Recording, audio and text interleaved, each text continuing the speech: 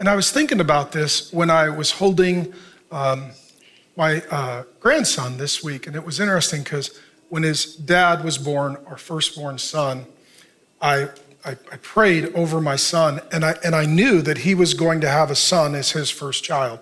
So the first time I prayed for my grandson that I met this week was like 23 years ago when I held his dad and I prayed for his dad and I prayed for him. I knew that he was coming, and I've been waiting 23 years to meet him. And so as I held him and I prayed for him and I prayed for his dad, who's my son, this word came to mind. Beloved is the combination of two words: be loved. And as I was holding my grandson, I thought, you know why he's here? He's here to be loved. That's why he's here. He didn't do anything. He didn't earn it. Didn't ask for it. Hadn't really accomplished anything. I mean, filled a diaper. I was proud of him. But other than that, not a lot on his resume. And guess what? I just love him. That's the Father's heart toward you.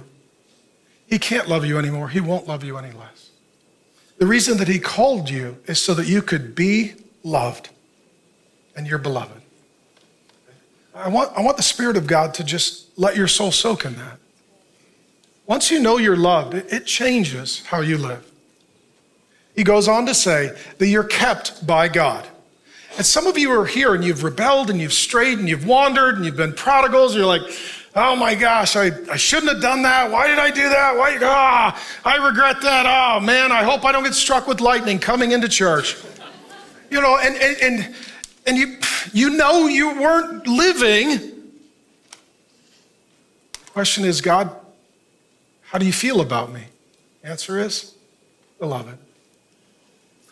And the story of the prodigal is that the father runs to the child and embraces them and lavishly blesses them. That's the Father's heart toward you.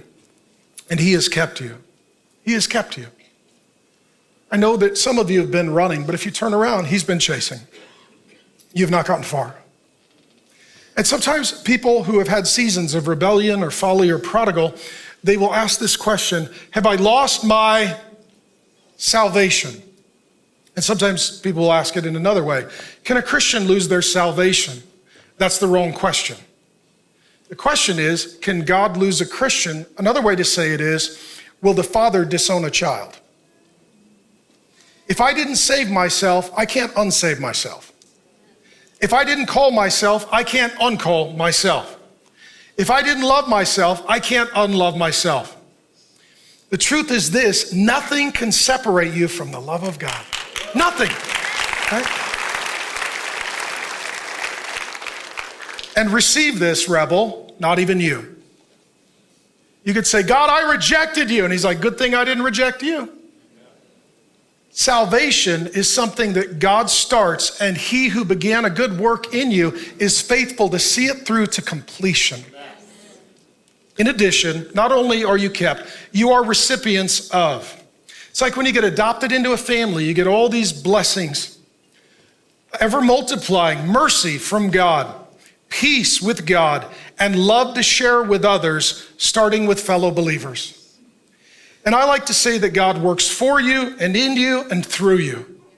That Jesus on the cross took the wrath of God, took your place, and then he put the Holy Spirit in you to give you new nature, new desires, new power, new identity, new affections, and new devotions. And then he works through you. And now that love, you get to love people. And that mercy, you get to give them mercy. And that peace that you have, it allows peace in your relationships. Because this relationship changes all the relationships.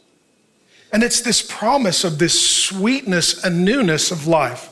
Thanks for joining me. My name is Pastor Mark. I've been teaching the Bible for more than 3 decades and head on constant collisions with woke culture. And I would love to get you more Bible teaching. 2 things you can do. Go ahead and watch the sermon in total and also subscribe to the channel. And I'll just keep sending you Bible teaching and we'll have a lot more fun together.